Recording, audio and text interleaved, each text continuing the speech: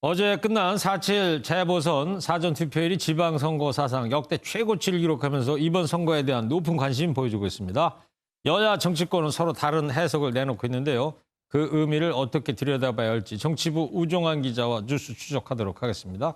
우종환 기자, 어제 끝난 4.7 재보선 서울시장 선거에서 종로구가 사전투표율이 가장 높았다면서요? 네, 맞습니다. 선관위에 따르면 사전투표율이 가장 높았던 자치구는 종로구로 24.4%를 기록했고요. 동작구와 송파구, 서대문구가 그 뒤를 이었습니다.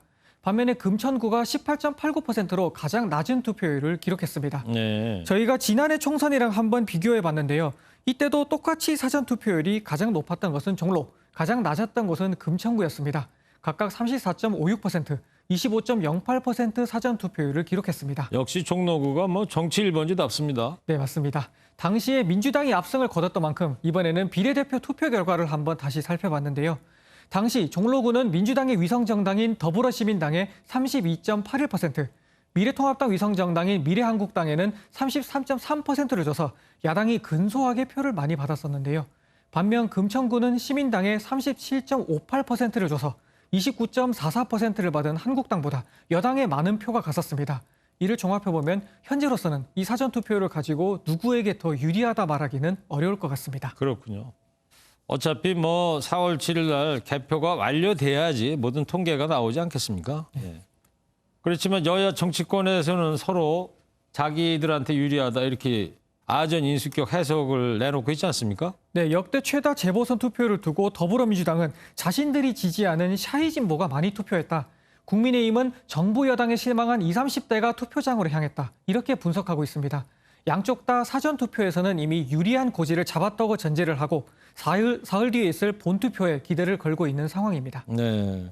자, 이렇게 되면 이제 4월 7일 날 본투표에서도 총 투표율이 이제 올라갈 것으로 예상하는데 전문가들 분석은 어떻습니까? 네, 전문가들은 5% 룰이라는 걸 얘기하고 있습니다. 5% 룰이요? 네, 45%라는 총투표율보다 낮게 나오면 더불어민주당에, 반면에 총투표율이 50%보다 높게 나오면 국민의힘에 유리할 거라는 분석인데요.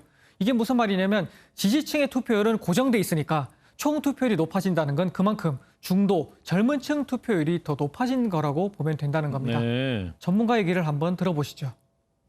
투표율이 50% 전후 넘어가게 되면은 중도층과 20, 30대들이 캐스팅 보터 역할을 할 가능성이 그만큼 높아지는 거죠. 이 층들이 투표장에 나오지 않으면은 진보와 보수의 그 핵심 지지층들의 결집력이 승부를 가르. 네, 청년 그리고 중도층이 국민의힘 쪽에 좀 더 많은 여론을 전해주고 있는 만큼 그 상황이 반영됐다는 전문가의 설명인데요. 네. 투표율이 낮아지게 되면은 지지층 결집력 대결이 돼서 결국 조직력이 강한 민주당에게 유리해질 수 있다는 게 전문가들의 설명입니다. 투표율이 낮으면 여당, 높으면 야당한테 좀 유리하다? 네, 정확하십니다. 그렇게 보는 게 전문가들의 분석입니다. 알겠어요. 자, 사전투표와 관련해서 또 해프닝도 많이 벌어지고 있던데 좀 얘기 좀 해주세요. 네, 사전투표 첫날이었죠. 이틀 전 박영선 후보가 참석했었던 진보 유튜버 토론회에서 여론조사 업체의 박모 대표가 한 발언이 논란이 되었었습니다. 박 대표는 사전투표 참관인들이 기표용지를 보고 박 후보를 찍은 표가 많다는 걸 민주당에 알려줬다는 취지의 발언을 했었는데요. 이를 두고 국민의힘은 선거법 위반 혐의로 박 대표를 고발했습니다. 앞서 고민정 의원은 손가락 투표 도장을 잊은 인증샷을 SNS에 올렸다가 방역수칙 위반 지적을 받고 사과하기도 했었죠. 반면에 국민의힘 쪽에서는 박형준 부산시장 후보를 지지하는 한 유권자가 박 후보를 찍은 투표용지를 찍은 사진을 SNS에 올려서 논란이 됐습니다.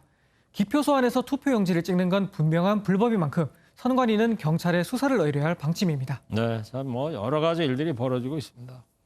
그리고 궁금해서 하나 좀 물어보겠는데요. 지금 사전투표 이틀 동안 한 거 있잖아요.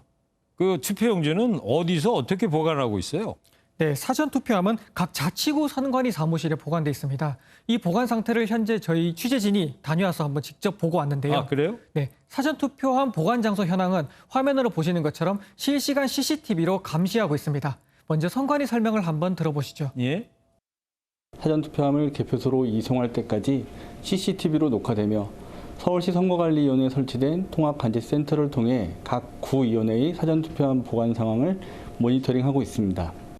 선관위가 사전투표한 보관 상황을 이렇게까지 공개하고 나선 거는 일부 보수 지지층에서 사전투표를 불신하고 있는 거에 적극 대응하겠다는 의미로 해석해 볼 수 있습니다. 네, 그러니까 이제 투표함을 CCTV로 감시를 하고 있는 거군요. 네, 지금. 24시간 그것도 직원 2명이 감시하고 있다는 게 선관위의 설명입니다. 알겠습니다.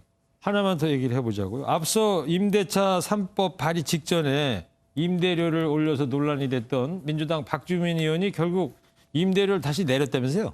네, 맞습니다. 민주당 송영길 의원이 SNS를 통해 전한 내용입니다. 네. 박주민 의원이 다시 임대료를 9.3% 낮춰서 재개하겠다는 내용을 전하면서 박주민답다. 이게 민주당이라고 축해서였는데요. 국민의힘은 안 걸렸으면 모르는 척 지나갔을 거면서 병 주고 약 주는 모습에 어이가 없다는 반응을 보였습니다. 네, 그렇습니다. 예, 잘 들었습니다. 지금까지 정치부 우종환 기자였습니다.